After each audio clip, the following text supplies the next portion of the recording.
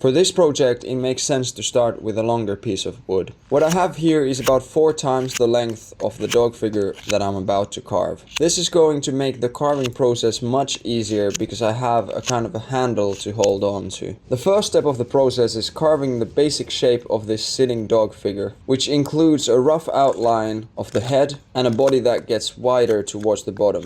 The basic tapering shape is easy to carve with rough cuts and push cuts, but for the defining of the jaw and the slimming down of the front of the neck, we're going to use this mixture of a sweeping cut and a V-cut. Before slimming down the face too much, it helps to draw the outlines of the ears. This way it is easier to know where to leave more wood for the next step. At this point, all we want is a somewhat proportional head with a little bit of roundness on the top.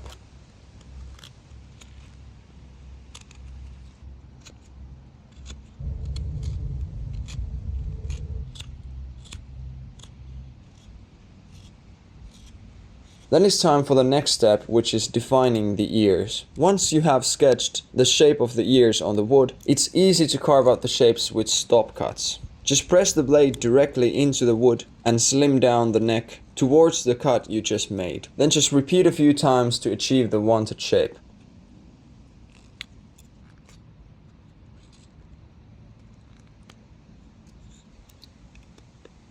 We'll need to do the same thing on the front too. Here I'm just doing this slightly differently because some cutting directions can be quite challenging. The third step is slimming down the body and defining its outlines a little better. This is easy to do by drawing the sections that need to be removed. Remember to leave some room for the tail on one side of the dog like this. I'm also creating a little bit of a sideways curvature to make the dog lean slightly to one side. This is because an asymmetrical body position can really help with creating a more lively looking figure. Here we can use stop cuts again to make sure that the cut ends before the section where the tail is going to be. Then we're going to draw another line that defines the separation between the side and the hind leg, and use a few sweeping cuts to carve it. After that, we can do the same thing on the other side, minus the tail of course.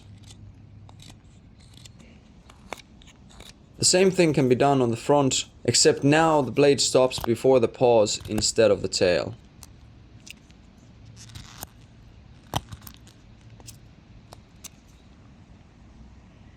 The next step is carving the limbs. Once you draw the outlines on the wood, it's easy to slim down some of the space between the front and the hind limbs.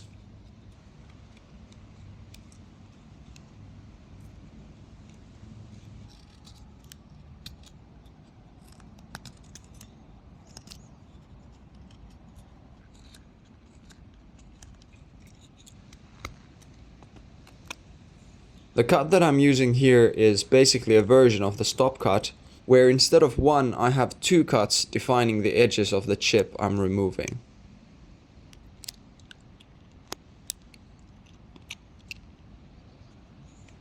Here at the tip of the paw I'm using the same technique again. Separating the front limbs from each other can be done with this different kind of a V-cut, where the tip of the blade is used like this.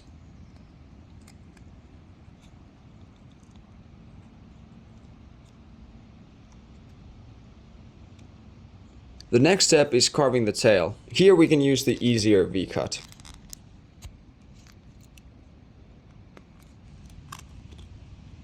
Step number 6 is defining the face a little better. I'm making very small and careful cuts to make the snout smoother and more symmetrical. The eyes can be carved with this kind of a very small sweeping cut.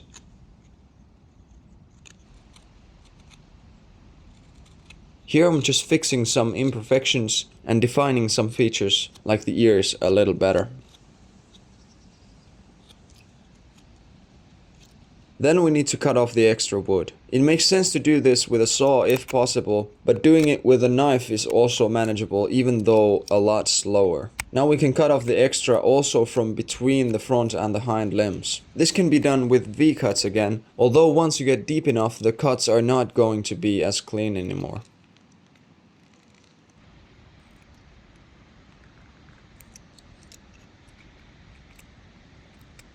If you have a small chisel like this, it's easier to get a clean finish.